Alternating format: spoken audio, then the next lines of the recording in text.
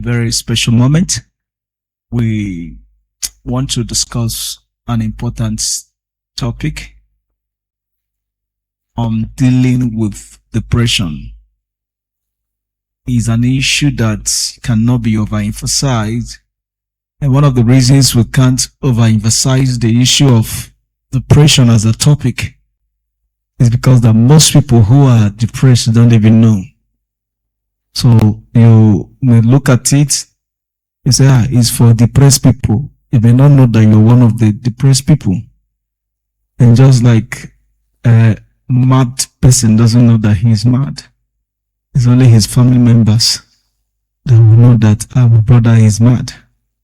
So this moment, we just want to give our own so we can help one or two persons that will watch this podcast on the issue of depression. My name is Pastor Dabbs. I'm the lead pastor of Master Plan International. I'm going to do it with one of my daughters who is going to also be a guest this afternoon. She is the head of our young adults and teenage ministry in church. And that also inspired my need to bring her to this podcast. You understand? Because the people who are going through this depression mostly these days are young people. And so we're going to look at what she can tell us.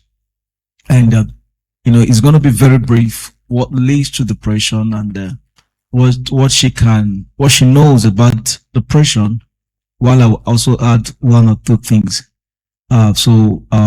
Sister Victoria Uba, she's also a virtual assistant, and not just, dealing with young people and teenagers. She's also a virtual assistant. So, Sister V, can you just tell us just tell us about depression and what you know about it. All right. Good day, everyone. Good evening, sir. Thank you, Papa, for this opportunity to address people. Like our pastor said, I'm Victoria Uba. So what I know about depression, working with a lot of young people, they tend to open up to me. So I've come to realize that if I meet up to, let's say, 10 young people or teenagers, mostly people in their late teens, young adults in their late teens and very early 20s. If I meet up with about 10, nearly 50% of them, let's say about 55% of them are in a state of depression. Some of them not so acutely so, but to an extent. And some of them even more acutely so. That is what I've come to discover, sir. Okay. All right. So you could see the number is quite triggering.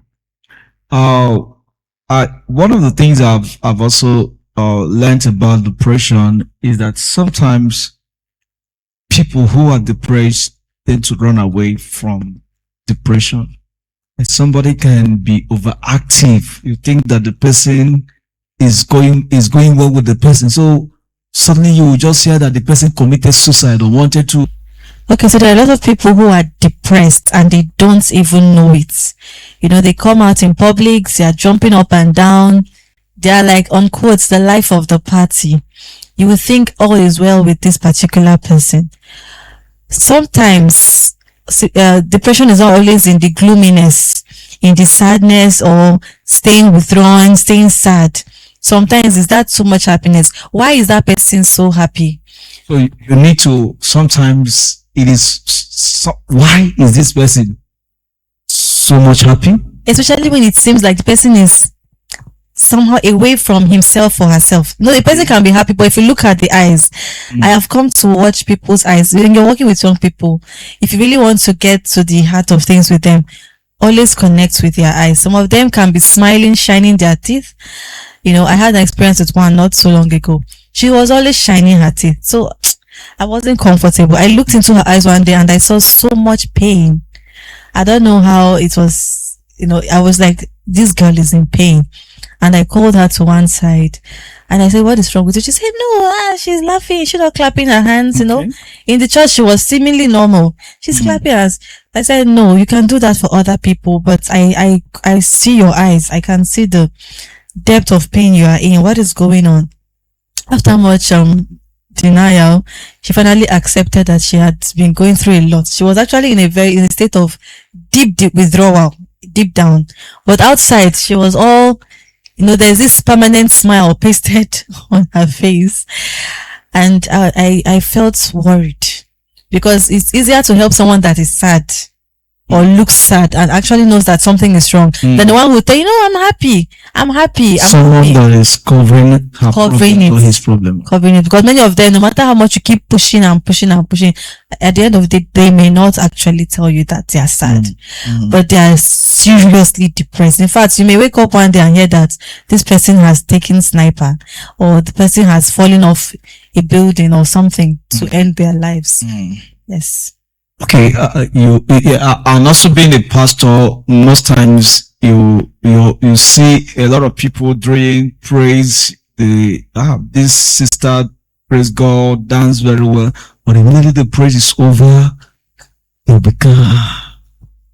begin to withdraw. Why won't this person that was happy singing and dancing? Now, even the word of God is not making sense to the person. You are communicating, but the person is not understanding.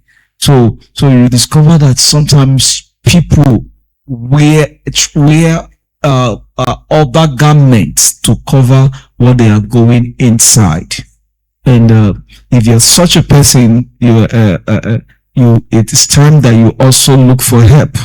Okay. Part of the reasons we are saying this is you can look for help, you can reach out to us, and we'll also reach out to you. And one of the things I've also seen about people who are depressed is the usage of phone. Someone who every morning the first thing you go for is your phone. I've studied and I've also come to understand that it could also be a sign that the person is depressed. So go for that to explain to us. All right, Papa, thank you. One of the things with depression is that you want to run away from your problem. So people don't know how to handle it head on. They don't even really understand. They just know that deep down there's a restlessness, there's an unease. So it will look like they are being haunted. It will feel like that way. So when they wake up in the morning, they go for a distraction first. They go for a distraction. And in our time, there is nothing as distracting as a phone. Like this mobile device. Yes. By the time you get into TikTok, you scroll 2 times, 3 times, or enter into Instagram, you just get lost in other people's stories, other people's lives and appearances. Get lost in other people's story. Don't forget your own, that you have your story to make. And sometimes before you do it, 1 hour has passed, 2 hours have passed. Sometimes some of the signs that you look out for, you may not know you're depressed, but just in case you're watching this, sometimes ask yourself, how much am I dumb scrolling? Dumb scrolling means you're just scrolling endlessly through Instagram. By the time you started by 9 o'clock. By the time you look up, you check, oh my God, it's already 1 p.m. At that point, you have to ask yourself, am I still sane? Is something is innately wrong? Because normally, not that social media is bad, but even there's a point of addiction to social media that points towards depression. Another thing is that addiction is also it's the biggest. Yes, whatever, anyone who is addicted to something is also depressed. Yes, sir. Elaborate on that. Yes, sir. Thank you so much. I didn't want to go into that path, but it's been worrisome that currently now, if many parents knew what their kids or young adults are up to, I think there will be so much cardiac arrest, Papa. Many of these young people, they are slaves to addictions, strong addictions, drugs. I didn't want to talk about drugs, but it's very rampant. Even in the church, sir. If you look at some of the eyes of these young people, some of them will look as if they are just mellow. You see their eyes looking so calm. They look as if they are calm. There's this, as if they look sleepy. You say, oh, maybe he's just tired. Sometimes they're not just tired. Sometimes they've taken something to escape. To escape. To escape. The point or the thing they are looking for is that escape from themselves, from the thing they don't want to face. Some of them is from pain. Maybe they went through one trauma or the other and they don't want to face it. They don't know that by facing it is the only way to heal. But because of that fear of facing it, they keep running away. They run away into phone addictions, into substance abuse, into even unnecessary mindless engagements. Some of them even get into the wrong relationships. Some of them get into unnecessary habits. Pornography, the list is endless. Yeah. The list is endless. And many of them, they don't want to open up because they feel ashamed. So maybe we should talk about how to help them in case they don't want. If you notice any young person or even old around you that have these symptoms, maybe try to probe gently without judgment, because some of them, they feel like they don't want to speak up because they feel they'll be judged. They'll be judged. The stigma. All right. This other part that is because at the end of the day, you discover that depression is an act of the enemy, is an act of is a satanic attack, and all those things we are talking about is the means. But at the end of the day, you know that it's going to end in destruction. That is what we are hammering on. Knowing that this thing is going on with you.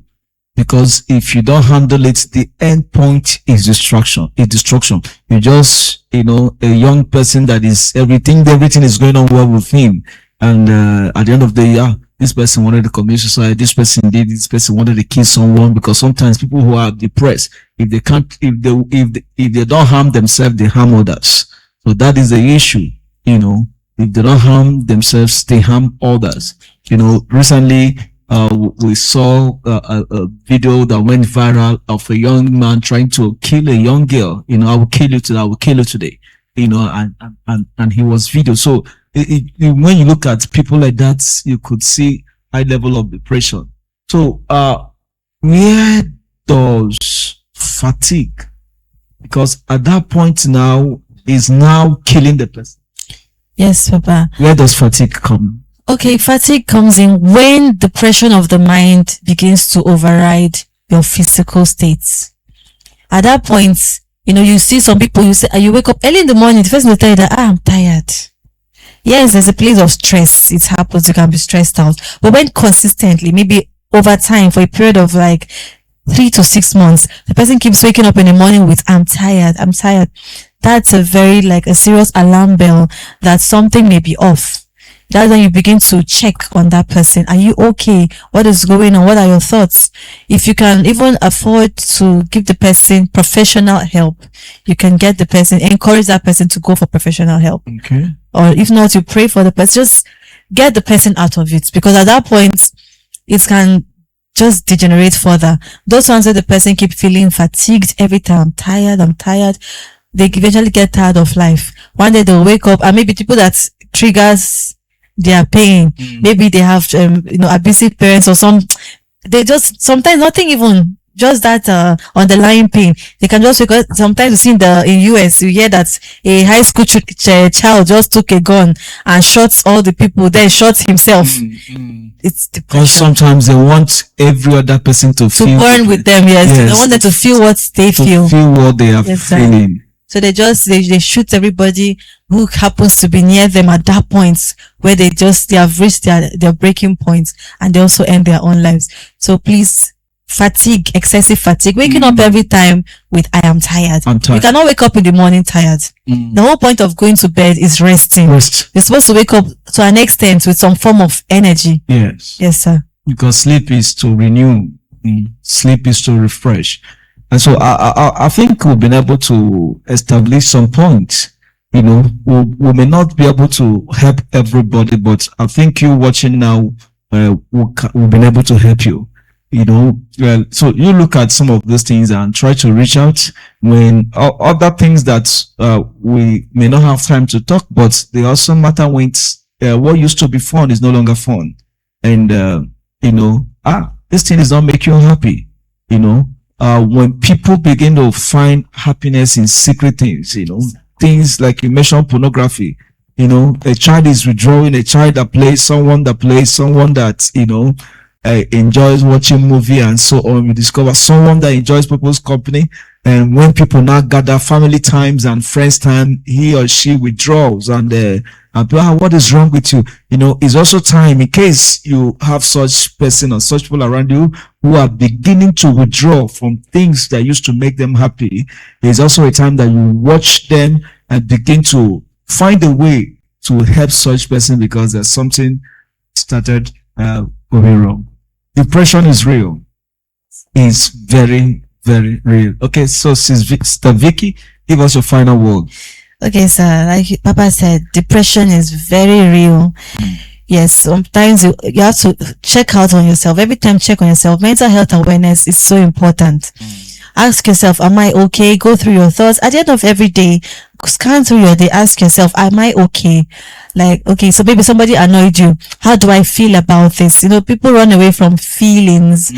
They think it's unnecessary, or they run away from their emotions. But most times, those emotions, if left unchecked, they eventually build up to cause these things. You see that some people will be at work, they lackluster. Everything is just dull. Everything is drab and uninteresting. They've lost their joy. And one of the things we should always, that should be a part of our lives as Christians, as people who work with God, is joy. When you see yourself losing your joy, your job, those things, your family, maybe you're married, your wife, your children, for no reason at all, they start irritating you. Nobody gives you joy. As a young person, your parents, everything in your family irritates you. At that point, please reach out, speak out. You can reach out to us, or you can reach out to anybody that you trust around you. But we're always here for you with our ears wide open and our shoulders for you to lean on. Thank you. So thank you. God bless you. We'll see you in the next episode. God bless you. God bless you. Bless you. Bye-bye.